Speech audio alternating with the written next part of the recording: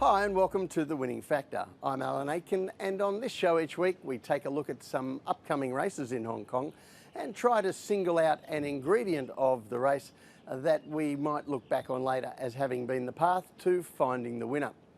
Well, in addition to that, I do like to take a closer examination from time to time of statistical areas of racing in Hong Kong, and as we get to the denouement of the Trainers' Championship for this year, I thought we'd have a look a little more at what happened during the season. Of course, we have three winners across three men at the moment. Ricky Yu leading the way with 64 wins, Francis Loy 63, and Tony Cruz with 61 wins.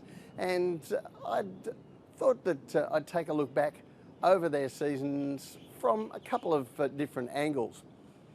Well, first of all, let's take a look at how their years have progressed month by month, and we'll see that Francis Loy's year, it has been characterised by two distinct peaks of performance, one mid-season and then another just recently, just when everyone had written him off as a chance. And Tony Cruz also had a recent peak month that kicked him right into the contest as the late finisher of the trio. Meanwhile, Ricky Yu, well, he's been in front or very close to it since the absolute start of the season, and he's now seeking to cling on to that lead.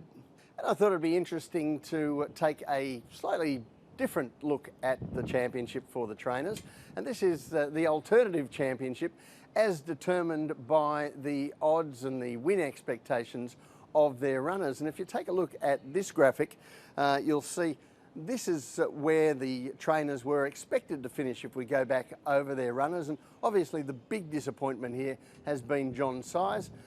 He has performed well below the expectations on his runners. But if we take a look at Loy and Yu, they have outperformed expectations so much that it made me wonder where they've done that.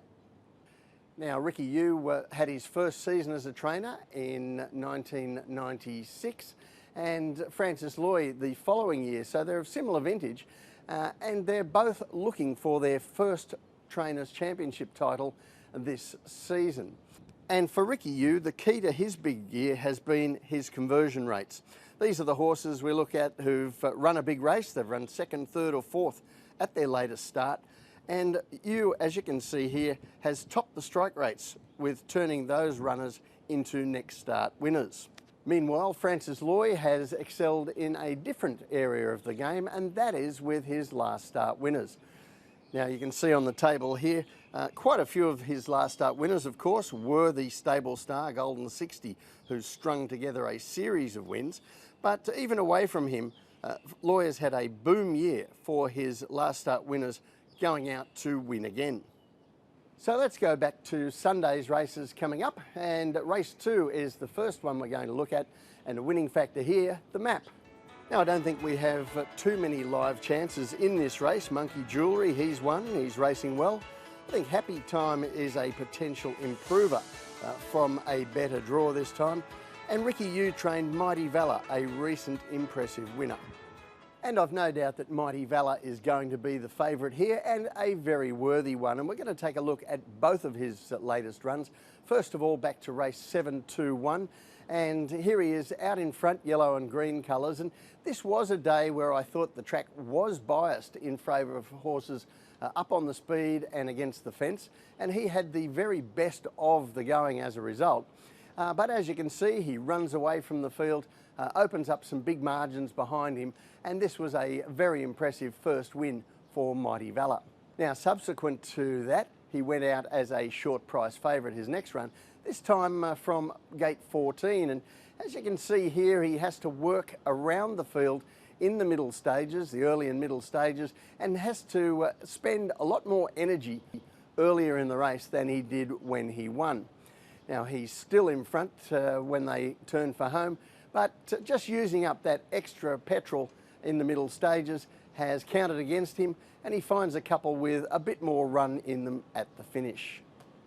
When we take a look at the map for Sunday's race, once again I think we'll see Mighty Valor looking to get out in front, but this time from a lower draw, and this time his rivals for the front are the ones that are drawn out wider, so it's an inconvenience to them and not to him. So the tip in race 2, Mighty Valor. His winning factor, the map. He just had to do a little bit too much work last time to get to the front before finishing third. I think he'll get an easier run to the front this time. And as we saw earlier, Ricky Yu is a master at getting these horses coming off good placings to come out and win next time. The other race I want to take a look at on Sunday is race 6, and our winning factor here, the sectionals. Well, this is all about the 3-year-olds with chances, I thought, here to another Ricky Yu conversion attempt with Golden Link, a last start second.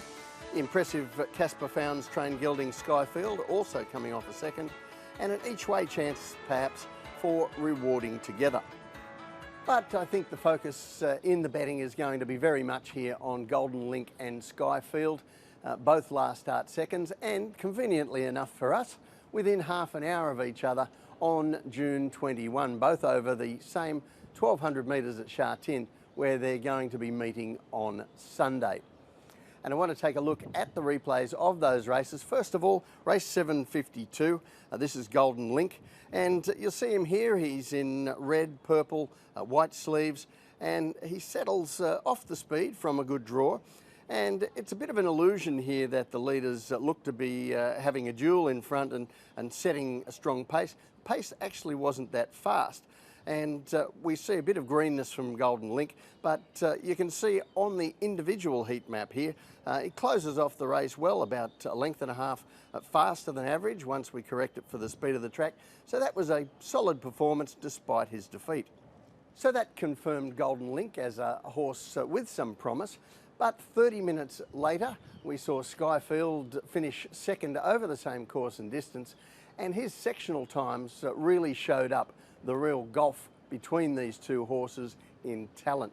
We're going to have a look at that now. This is, of course, race 753, and Skyfield, he's well back in the field with green and gold colours, and he's also a little bit new. It's only his second start, but as you can see on his individual heat map, he really launches in the straight. In fact, this is one of those occasions where his acceleration is visible. You can really notice it with the naked eye, and without the assistance of times. But with the times, you'll see 7 lengths faster than average for the conditions there, his final 400 metres.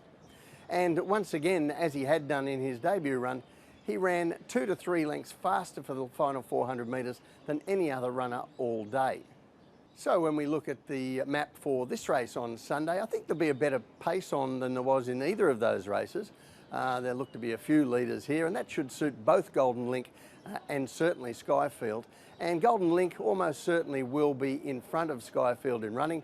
The Casper Founds horse will have to give him a start. But the tip in race 6, Skyfield, his winning factor, the sectionals. I think this boils down to 2 lightly raced horses with a future, but Skyfield has shown exceptional acceleration in his 2 starts, and I think that'll be enough to break his maiden status here before he goes on to better things next season. Well, that's it from the winning factor this week and this season. Thanks for watching during the year. Good luck on Sunday and Wednesday, and we'll see you next season.